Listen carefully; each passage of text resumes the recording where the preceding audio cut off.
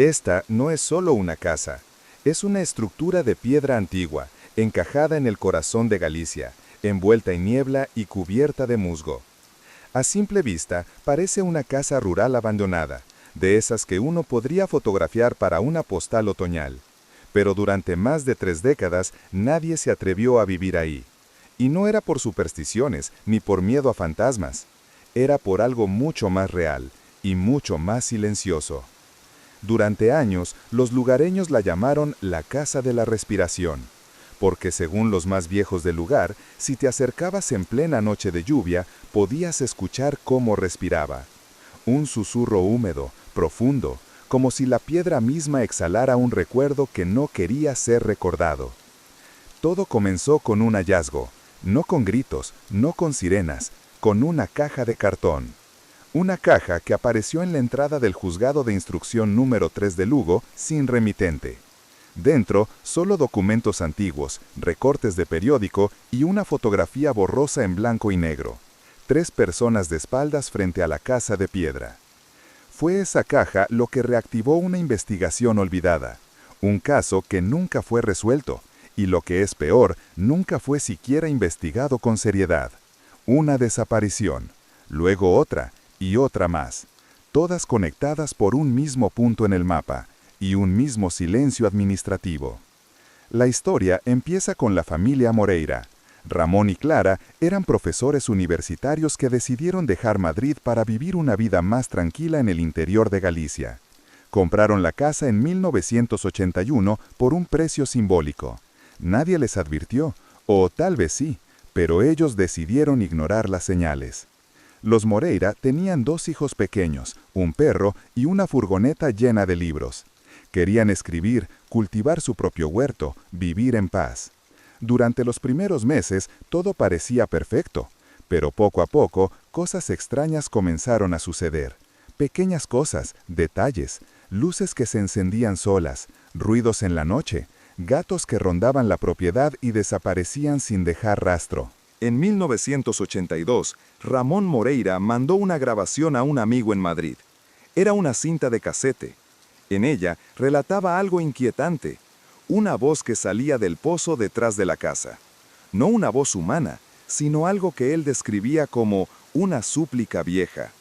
Nunca se supo si era una metáfora o una descripción literal, pero su amigo guardó la cinta. Años más tarde, sería analizada por un técnico de sonido jubilado que trabajó para la Guardia Civil, y lo que encontró fue una anomalía acústica imposible de explicar. En el otoño de 1983, Clara Moreira no acudió a una reunión del claustro, no volvió a dar clases. La universidad llamó a su casa, nadie contestó. Días después, Ramón apareció en el pueblo. Llevaba barba de varios días y la mirada perdida. Dijo que Clara se había marchado, que necesitaba un tiempo. Nadie hizo más preguntas. En aquellos años, las desapariciones voluntarias se respetaban, especialmente si se trataba de adultos. Pero los vecinos no estaban convencidos. Decían que Ramón hablaba solo, que se pasaba horas frente al pozo, que su ropa olía a humedad y algo más que no sabían describir. Uno de los hijos, Mateo, comenzó a tener comportamientos extraños.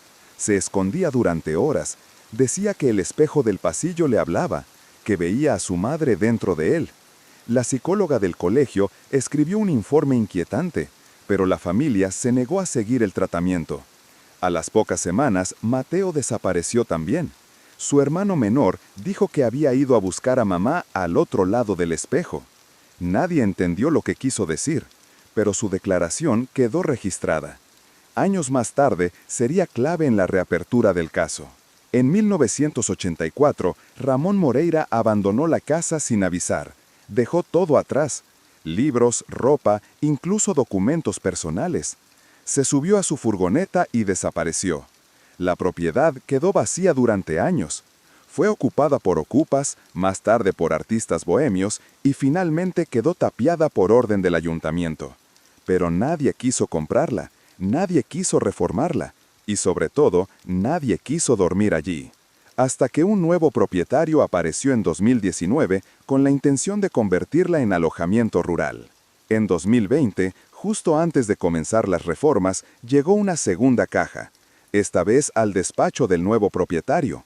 Dentro, otra fotografía y una nota escrita a mano.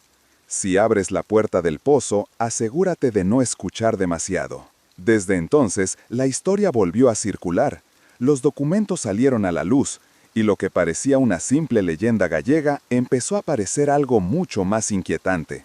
¿Qué pasó realmente en la casa de piedra? Y sobre todo, ¿por qué nadie quiso hablar hasta ahora?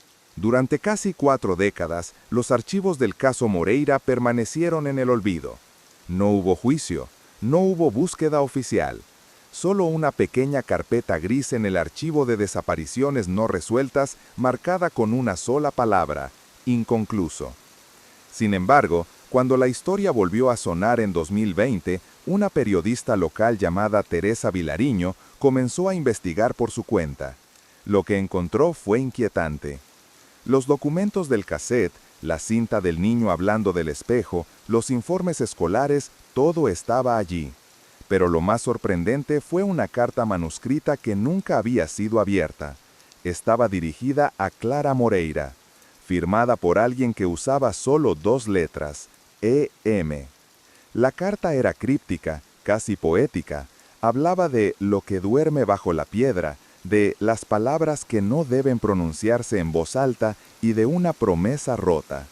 No contenía amenazas, más bien parecía una advertencia, o quizás un recuerdo íntimo compartido por alguien que conocía profundamente a Clara. Teresa intentó rastrear la identidad de E.M. Encontró registros de una persona con esas iniciales que había vivido en Lugo a principios de los años 80, Elías Moure. Había sido bibliotecario municipal y, curiosamente, había desaparecido en 1985 sin dejar rastro. Su última localización conocida fue la aldea donde estaba la casa de piedra. Cuando el nuevo propietario comenzó las obras de restauración, los primeros días fueron tranquilos. Se trataba de reforzar estructuras, limpiar escombros y modernizar las instalaciones. Pero el 17 de enero de 2021, los albañiles detuvieron los trabajos. Habían encontrado una estancia oculta bajo la casa, un pequeño habitáculo de piedra, sin ventanas y con una trampilla que descendía aún más profundo. El arquitecto fue llamado de inmediato. Documentaron el descubrimiento, pero por motivos de seguridad decidieron no continuar hasta revisar planos antiguos. Lo que encontraron después fue aún más inesperado. En el archivo del Ayuntamiento de Lugo existía un plan original de la casa, fechado en 1879. Allí constaba la existencia de un segundo nivel subterráneo cerrado por orden eclesiástica a principios del siglo XX.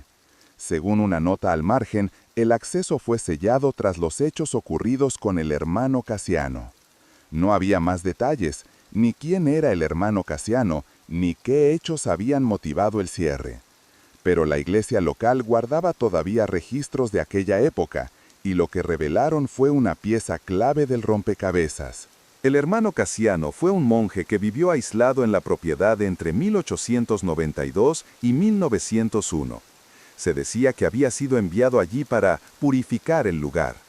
Algunos documentos eclesiásticos lo describían como un exorcista laico, aunque ese término hoy no tendría sentido oficial. En sus cartas al obispado hablaba de voces en la piedra, de rostros en los reflejos y de niños que no envejecen. Fue internado en un convento en León tras sufrir una crisis nerviosa. Murió años más tarde sin haber vuelto a hablar de lo que vivió en esa casa. Teresa Vilariño, la periodista, decidió documentar su investigación en una serie de grabaciones de audio. Durante semanas registró sus avances, sus entrevistas y sus pensamientos. En la grabación número 14, ocurrida a las 2:17 de la madrugada, se escucha algo inusual. Un murmullo, apenas perceptible, como una voz lejana repitiendo una frase en gallego antiguo. Non chames o que dorme, si non estás disposta a escoitar. No llames a lo que dorme, si no estás dispuesta a escuchar. La periodista, inicialmente escéptica, empezó a sentirse observada. Abandonó la investigación un mes después. Según dijo, había cosas que no merecían ser descubiertas. Las autoridades nunca quisieron hablar del caso. Consultados por la reapertura de los archivos, varios funcionarios aseguraron no tener constancia de irregularidades. Sin embargo, en conversaciones informales, algunos admitieron que la casa tenía fama de maldita, que en los años 90 hubo intentos de urbanización en la zona, pero todos los proyectos fueron cancelados por motivos logísticos. Otros hablaban de un patrón. Cada intento de alterar la estructura terminaba en retrasos, accidentes o abandono. La casa parecía defender su secreto con paciencia y con silencio. El capítulo final de esta parte se cierra con una reflexión. En Galicia hay una expresión antigua: «Una pedra non se move si non ten razón». Una piedra no se mueve si no tiene un motivo. ¿Qué guarda esa casa bajo sus cimientos? ¿Por qué tantos desaparecidos? ¿Por qué tantos años de silencio? Este caso no tiene aún respuestas definitivas, pero los documentos, las cintas y los testimonios apuntan a algo más profundo que una simple leyenda. Una verdad enterrada, un secreto susurrado que quizás nunca debió ser escuchado. Ignacio Latorre tenía 63 años y llevaba más de 3 décadas restaurando casas históricas en el norte de España. Había trabajado en monasterios, pasos y molinos del siglo XVIII, pero jamás había sentido algo semejante al visitar la Casa de Piedra. Según contó en una entrevista con Teresa Vilariño antes de que ella abandonara el caso, la atmósfera del lugar era extrañamente densa. No era miedo, decía, era otra cosa. Una presión constante, como si la casa no quisiera ser tocada. Durante las reformas comenzó a tener sueños repetitivos. Un pozo sin fondo, una mujer que le hablaba en susurros y una habitación donde no existía el tiempo. Ignacio comenzó a escribir un diario de obra, pero sus notas, tras el capítulo 11, se vuelven cada vez más incoherentes. Las últimas frases eran apenas garabatos, y una línea clara al final de la página. Ya no sé si estoy documentando la reforma o el deterioro de mi mente. En 2022, el caso fue reabierto oficialmente por presión mediática. La comisaria que lo asumió, Ana Velasco, era una mujer metódica, escéptica, muy respetada en su entorno. Para ella no existían casas encantadas ni voces del pasado, solo personas, errores y encubrimientos. Al inicio, su enfoque fue puramente racional: revisar archivos, cruzar datos de desaparecidos, entrevistar antiguos testigos. Pero algo la inquietaba. Las desapariciones no eran solo de los Moreira.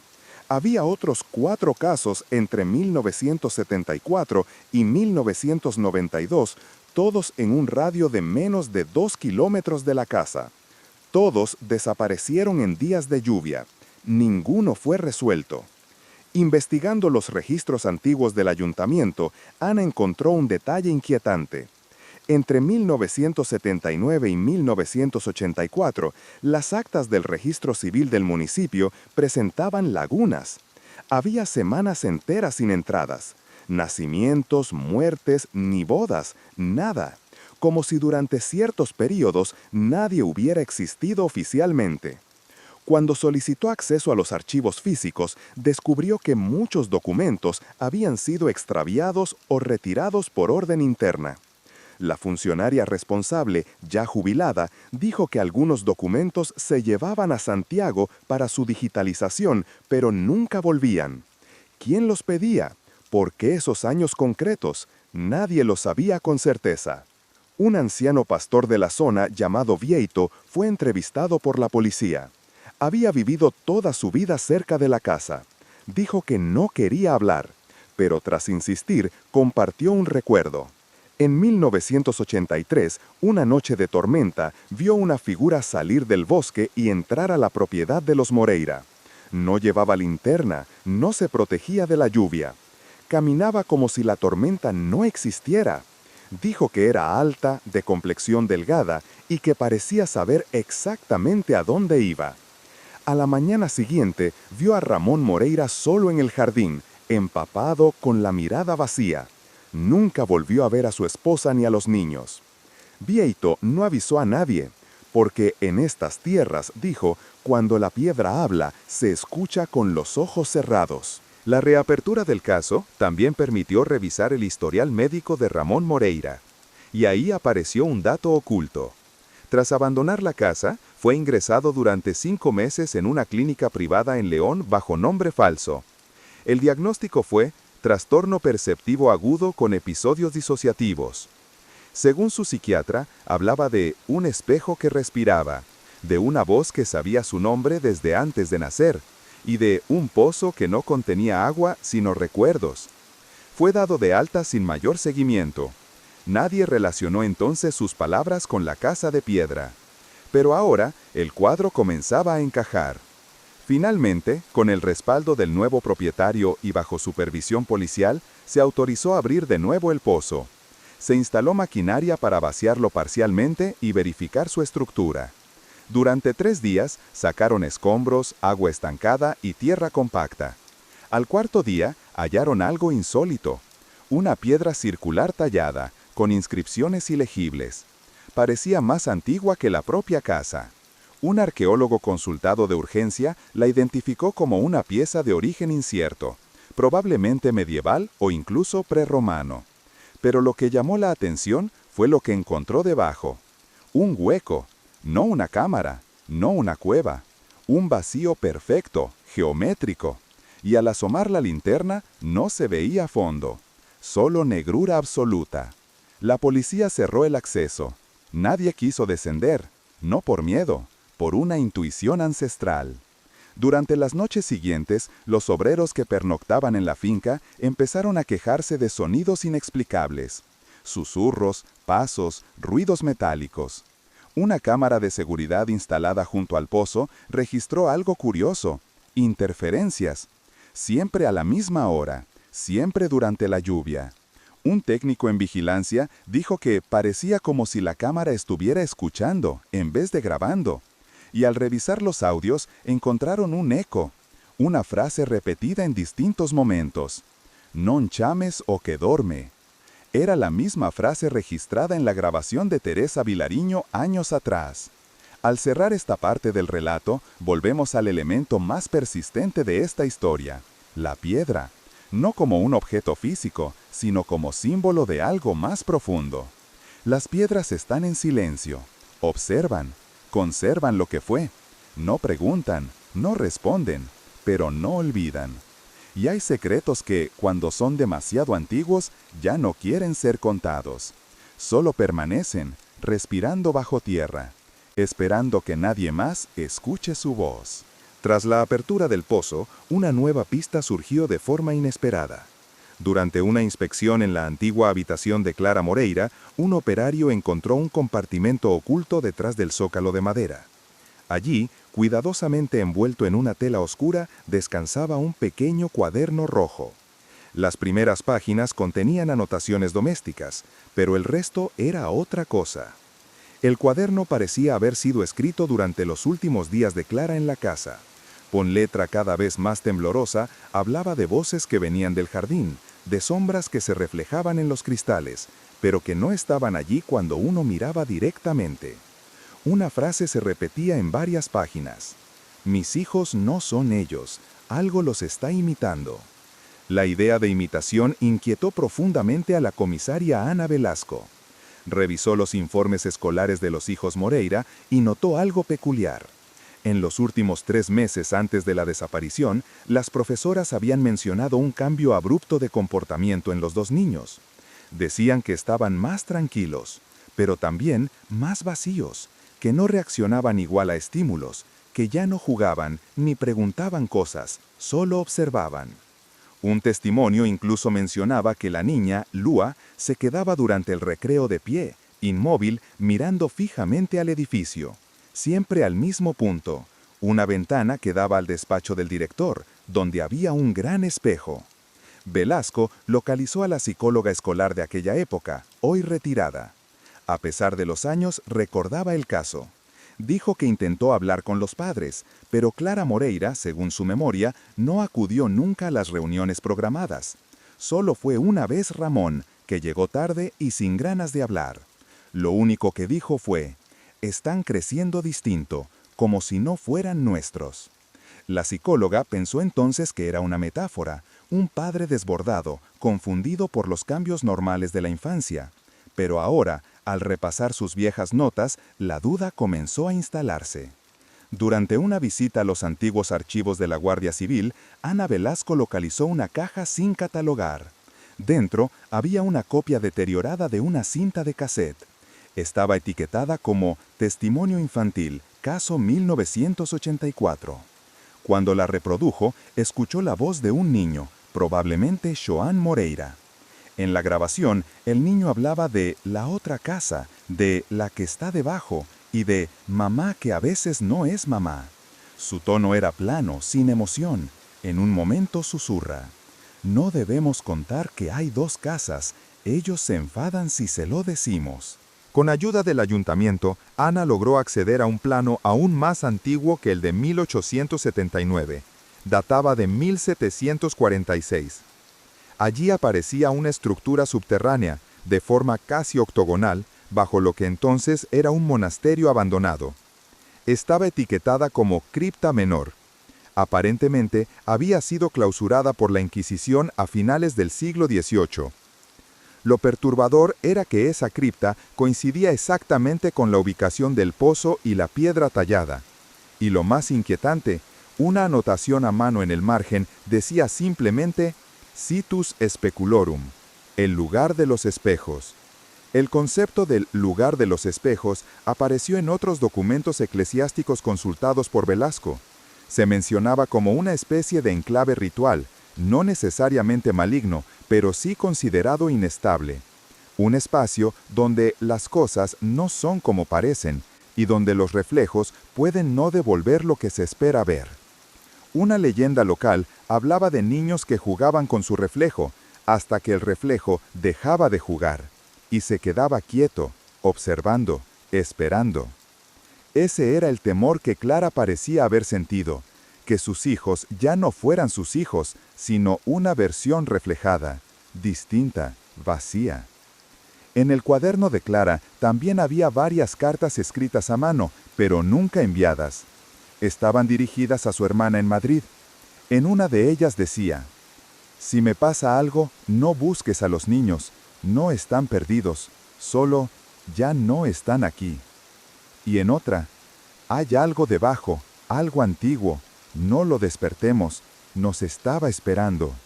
Velasco guardó silencio tras leerlas. Dijo que era el documento más perturbador que había leído en sus años de servicio. No por lo que decía, sino por la calma con la que estaba escrito, como si Clara ya hubiese aceptado su destino. En la última noche registrada en los informes de vigilancia, uno de los agentes de seguridad se acercó al pozo por curiosidad. Según su declaración, escuchó una voz que decía su nombre. Una sola vez, con claridad. Volvió a revisar las cámaras, pero no había registro de sonido. Al día siguiente, presentó su renuncia. Dijo que no tenía miedo, solo comprendió que hay lugares donde uno no debe quedarse demasiado tiempo. Y la casa, con su pozo, su piedra y sus reflejos, era uno de esos lugares. Tras meses de investigación, la comisaria Ana Velasco decidió cerrar el caso. No por falta de indicios, sino por exceso de vacío. La documentación recopilada era extensa pero fragmentada. Las pruebas físicas eran inquietantes, pero no concluyentes. Y lo más desconcertante, cada persona que se había implicado demasiado en el caso terminaba por alejarse o cambiar. En su último informe interno escribió, «Hay casos donde la verdad no es un hallazgo, es un espejo, y no todos estamos preparados para vernos en él». Nunca volvió a hablar del asunto en público. Se jubiló al año siguiente. Algunos colegas aseguran que desde entonces vive sola en un pequeño pueblo costero, donde no hay pozos ni casas de piedra. La periodista que años atrás había investigado la historia, Teresa Vilariño, reapareció brevemente en un programa de radio cultural. Le preguntaron si el caso Moreira fue real o una construcción narrativa. Su respuesta fue simple. Hay cosas reales que nadie quiere creer, y hay ficciones que todos aceptamos porque duelen menos. Contó que en su etapa final de investigación sufrió una serie de episodios de insomnio.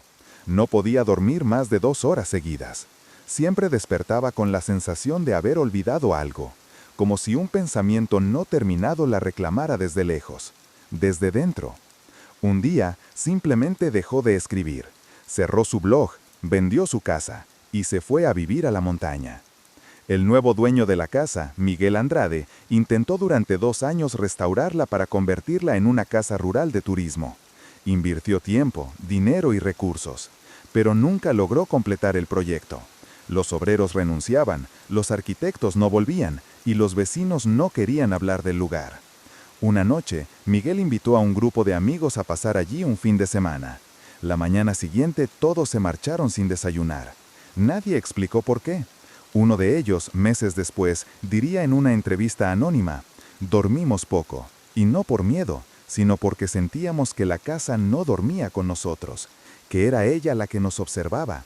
Los registros meteorológicos mostraban algo curioso. En los días clave relacionados con el caso Moreira, la desaparición, el descubrimiento del pozo, la cinta infantil, la caída del espejo, todos fueron días de lluvia.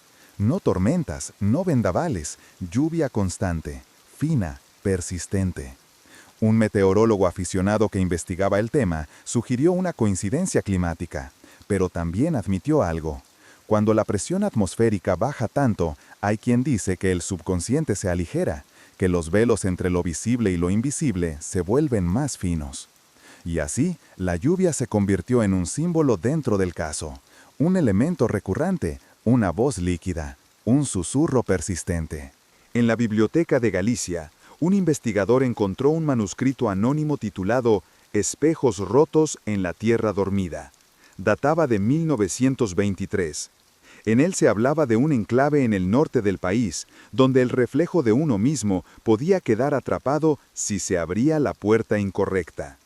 Describía un ritual, un pozo, una piedra tallada, y la advertencia final: si algún día encuentras tu reflejo y no te devuelve la mirada, no insistas, ya no eres tú el que observa. El texto fue retirado del archivo en 1977 por orden gubernamental, pero alguien había hecho una copia. En una escuela de la zona, décadas después, un niño dibujó una casa de piedra con un pozo. En el dibujo, junto a la casa, aparecían figuras pequeñas, sin rostro, y una más alta, dentro del espejo. La profesora preguntó quiénes eran. El niño respondió: «Son los que no pueden salir, pero me saludan cuando llueve». Sus padres no tenían relación alguna con los Moreira. Vivían a 10 kilómetros de la casa. Nunca habían estado allí. Pero cuando se les mostró una foto antigua de la finca, el niño dijo: «Ahí es donde juegan los otros niños, los que no tienen sombra». Una empresa de escaneo térmico analizó la casa para un nuevo proyecto turístico. Al revisar las imágenes, notaron una irregularidad en la pared oeste del salón. Parecía haber una oquedad, una cavidad sellada. Al romper el yeso, encontraron una habitación oculta, pequeña, sin ventanas, con paredes forradas en espejos antiguos, todos agrietados. Y sobre el suelo, un único objeto, un zapato infantil, de cuero marrón, cubierto de polvo. En la última visita oficial a la casa, antes de ser declarada no apta para uso residencial, una técnica de patrimonio cultural entró sola durante 20 minutos para realizar unas últimas fotografías. Al salir, tenía la mirada perdida. Caminó sin decir palabra hasta su coche. Días después, presentó la renuncia a su puesto. En su carta, escribió una sola frase: «Ya no estoy segura de que el reflejo que veo sea el mío». Desde entonces, nadie más ha dormido allí. Y cuando llueve, los vecinos aún dicen que a veces se escucha una voz que susurra desde dentro del pozo: «No llames a quien duerme». 3 años después de que la finca Moreira fuera cerrada de forma definitiva, un nuevo documento emergió de forma accidental. Un antiguo sacerdote jubilado que había servido brevemente en la parroquia de la aldea durante los años 80, envió una carta anónima a un programa de radio especializado en fenómenos inexplicables. La carta no contenía afirmaciones grandilocuentes ni historias imposibles, Solo una línea breve, escrita con trazo tembloroso. Escuché la confesión de Clara Moreira. No puedo repetirla, pero tampoco puedo olvidarla. El locutor, con voz lenta y casi reverente, leyó esa frase al aire, en medio de una noche lluviosa. Muchos oyentes aseguraron que por unos segundos sintieron que algo los observaba en el silencio entre las palabras. Un documentalista intentó acceder al archivo completo del caso Moreira, alojado en el depósito provincial. Pero varios documentos habían desaparecido o estaban dañados de forma inexplicable. Algunos discos duros aparecieron formateados. Otros tenían etiquetas, pero el contenido era errático. Imágenes que no correspondían, audio sin sonido, grabaciones nocturnas en negro con marcas de tiempo duplicadas. Un técnico de sonido, tras revisar uno de los fragmentos, dijo en voz baja: «Aquí hay algo grabado. No se escucha, pero está ahí». Lo desconcertante era que al amplificar el ruido blanco surgía una cadencia, no palabras, más bien algo parecido a una respiración. Un psiquiatra retirado contó en un simposio que durante una de sus consultas en el año 1993, atendió a una mujer de la zona que afirmaba no reconocerse en los espejos. Decía que su reflejo la observaba con lástima, que no la imitaba, que era otra persona, atrapada al otro lado. El doctor creyó que era un cuadro de esquizofrenia paranoide, le recetó medicación, pero la mujer desapareció semanas después. Años más tarde, al ver una foto antigua del caso Moreira en un artículo de periódico, reconoció el rostro. Era Clara. Una tienda de antigüedades en A Coruña vendía, sin saberlo, un gran espejo barroco con marco de madera negra que, según su inventario, había sido retirado de una casa abandonada en el norte. Una pareja lo compró, lo colgó en su salón. Al día siguiente, el hombre despertó con la sensación de haber tenido un sueño muy largo. Se sentía descansado, pero desorientado. La mujer, en cambio, dijo haber tenido una pesadilla repetitiva. Alguien la miraba fijamente desde el otro lado del espejo, sin moverse. Tras 3 noches, devolvieron el espejo sin dar explicaciones. La propietaria de la tienda, curiosa, revisó su procedencia. Venía de la finca Moreira. Un grupo de estudiantes de sonido y acústica decidió pasar una noche en la finca abandonada para hacer una grabación experimental. Dejaron micrófonos omnidireccionales en distintas habitaciones y en el exterior. Cuando revisaron el material, la mayoría eran ruidos ambientales normales: viento, hojas, el crujido de la madera. Pero entre las 03:17 y las 03:20 de la madrugada, uno de los dispositivos captó una secuencia clara. Un murmullo. Una palabra repetida en voz muy baja. Clara, Clara, Clara. No pertenecía a ninguno de los estudiantes, y lo más inquietante, se registró dentro de un armario que estuvo cerrado toda la noche. Un libro escolar de lectura de primaria fue retirado de circulación en Galicia en 2004. En uno de sus cuentos, titulado La niña que caminaba en los espejos, se relataba la historia de una pequeña que un día descubría que podía entrar en los espejos y caminar por dentro de ellos, pero que, una vez dentro, no lograba salir. El cuento era atribuido a un autor desconocido, pero una investigadora literaria local descubrió que había sido enviado al editorial por correo ordinario, sin remitente, y que contenía una dedicatoria manuscrita. Para los que aún recuerdan, yo sigo aquí. Un profesor universitario realizó una encuesta oral entre habitantes de la zona, recopilando leyendas y recuerdos de la comunidad. Uno de los patrones más extraños que emergió fue la mención a las casas donde la lluvia entra sin permiso. Era una expresión antigua, usada por abuelas y madres para advertir a los niños que no jugaran cerca de ciertos terrenos. Cuando preguntaba qué significaba realmente, las respuestas eran vagas. Algunos decían que era una metáfora del mal tiempo, otros que era una forma de hablar de lugares donde las cosas no se quedaban quietas. Uno, con mirada baja, murmuró: «Son las casas donde las sombras tienen más derechos que tú». La finca Moreira, al día de hoy, permanece cerrada. Las autoridades no han vuelto a intervenir. No hay planes de demolición ni proyectos turísticos. Solo hay una verja oxidada, un cartel caído y una advertencia borrosa pintada en la puerta. no reflejar, no dormir.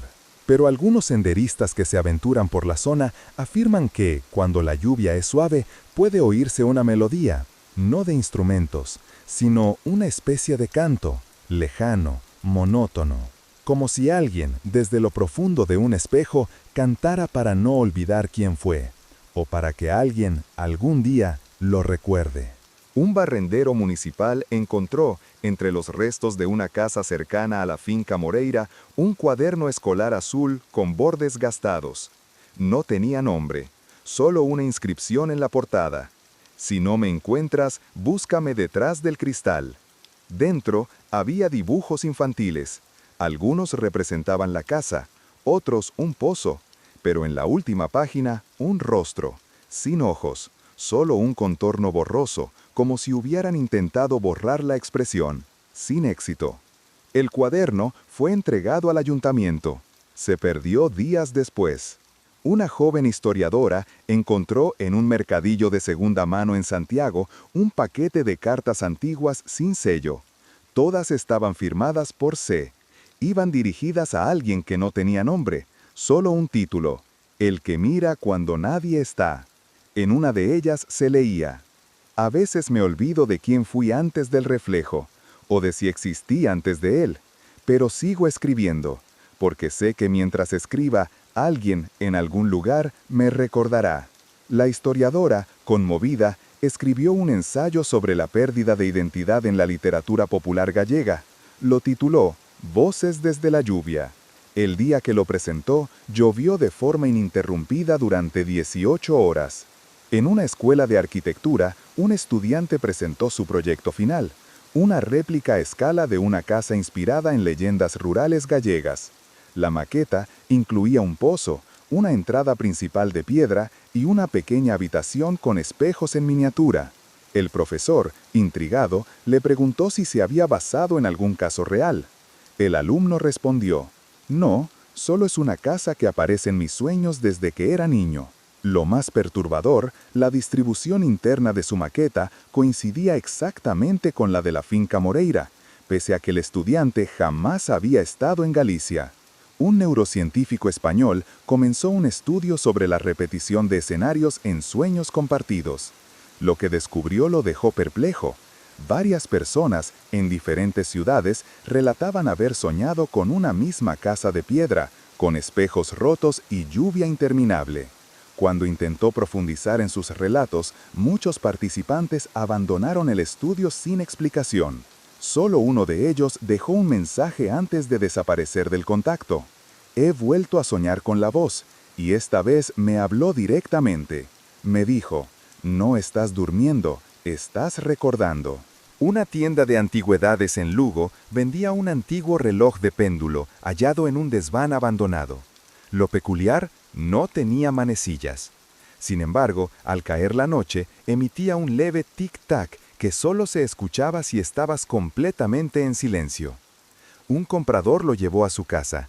Días después, comentó a su familia que tenía la sensación de que el reloj marcaba algo. No el tiempo, sino el momento. Una madrugada despertó, bajó las escaleras y juró haber visto su propio reflejo en el cristal del reloj, sonriéndole, pero desde dentro.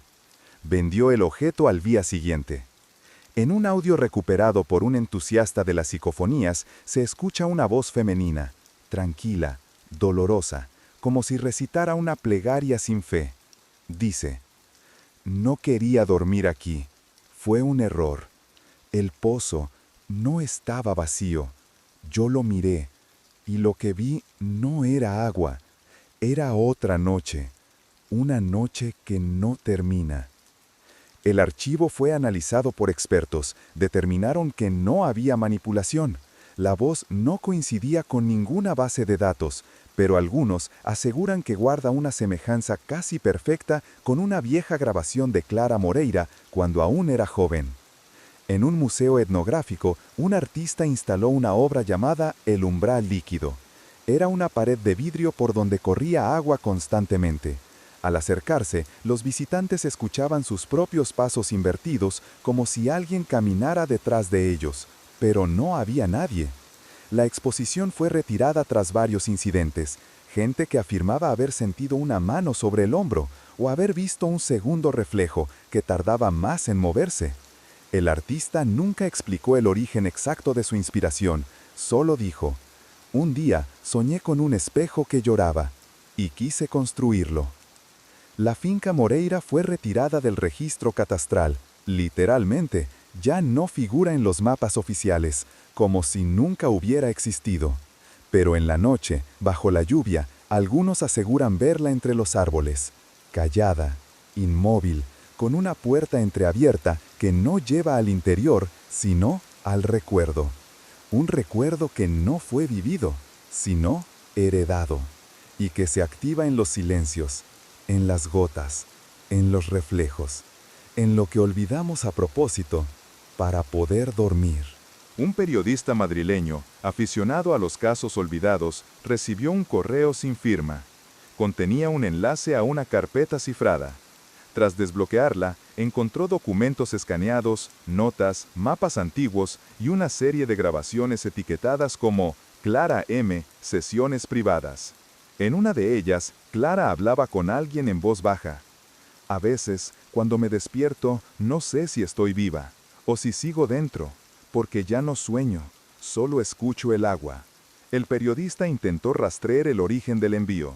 Nunca pudo, pero las grabaciones siguen allí, como si quisieran ser escuchadas solo una vez, antes de desaparecer. Un cerrajero de Jaén encontró, en una caja antigua vendida en una subasta, un juego de llaves oxidadas con un pequeño grabado, MR. Una de ellas, más larga que las demás, tenía una inscripción diminuta, apenas visible bajo luz directa. No gira hacia afuera, solo hacia adentro. Por curiosidad, el cerrajero intentó reproducirla, y en sueños, esa noche, soñó con una puerta que nunca había visto. Una puerta de madera, con un marco húmedo. La abrió, pero no recuerda lo que había dentro, solo que despertó con las manos mojadas. Un equipo de cartógrafos digitales quiso hacer un modelo tridimensional de la zona montañosa donde se hallaba la finca Moreira. Al escanear las imágenes vía satélite, detectaron una pequeña deformación en el terreno, como si hubiera una elevación que no estaba en el mapa anterior. Al renderizarla, surgió la forma de una casa, pero sin ventanas. El sistema se reinició solo. Cuando revisaron el historial del modelo, el archivo más reciente se titulaba Reflejo-guardado final. Nadie lo nombró así. Una niña de 8 años, en un colegio de Pontevedra, dibujó un pozo de piedra con una cuerda rota y escribió: "Aquí duerme la que no quiere que nadie recuerde". Cuando su profesora le preguntó de dónde lo había sacado, la niña contestó: "Me lo contó mi amiga invisible, vive en el espejo del baño". El colegio consultó a psicólogos, no encontraron signos preocupantes, pero la madre de la niña empezó a cubrir todos los espejos de la casa. Dijo que no era miedo, era respeto. Un turista alemán, amante del senderismo, se perdió en una ruta mal señalizada. Al caer la noche, halló refugio en una pequeña construcción de piedra con puertas abiertas. Durmió allí. Al día siguiente, contó haber soñado con una mujer de vestido antiguo que lo observaba en silencio, sentada en una mecedora. Al despertar, no había rastro de la casa, solo árboles y niebla. Al describir la mujer, un local le dijo: "Esa es Clara, pero no te preocupes, solo te mira si ya estás dentro". En una biblioteca rural, apareció de forma inexplicable un diario con tapas de cuero. Su autor, anónimo, escribía sobre sueños que se repetían, puertas cerradas y una constante, la lluvia. El último fragmento decía: "He llegado a entender que la finca no está en ningún lugar. Es un espejo de las cosas que no dijimos, de los gritos contenidos. No te atrapa, solo te refleja. Y si no te reconoces, entonces no puedes salir". El bibliotecario intentó catalogarlo, pero el libro volvió a desaparecer, como si nunca hubiera estado ahí. Un compositor de música ambiental, sin relación con el caso, afirmó haber grabado sonidos de lluvia en Galicia, pero al editar el archivo, descubrió un ritmo subyacente, una secuencia armónica imposible de percibir a simple oído. La transformó en una pieza de piano. Cuando la reprodujo por primera vez en una pequeña sala con apenas 10 oyentes, Todos coincidieron en lo mismo, la sensación de que alguien los observaba desde el reflejo del suelo mojado. La pieza fue titulada Clara, opus final. El narrador se detiene. Tú has llegado hasta aquí, y quizás ya estés dormido, o tal vez no del todo. Tal vez te encuentres en ese limbo donde los pensamientos no son del todo tuyos, donde la lluvia no solo suena, también respira. La historia de Clara Moreira no termina, porque no era solo una historia, era un reflejo. Y cuando alguien la escucha, cuando alguien se deja mecer por sus palabras, Clara no desaparece, solo cambia de espejo, solo recuerda. Si alguna vez sueñas con una casa de piedra, con un pozo, con lluvia sin fin, no entres. O si entras, no te mires al espejo, porque si lo haces, puede que quien te mire no seas tú.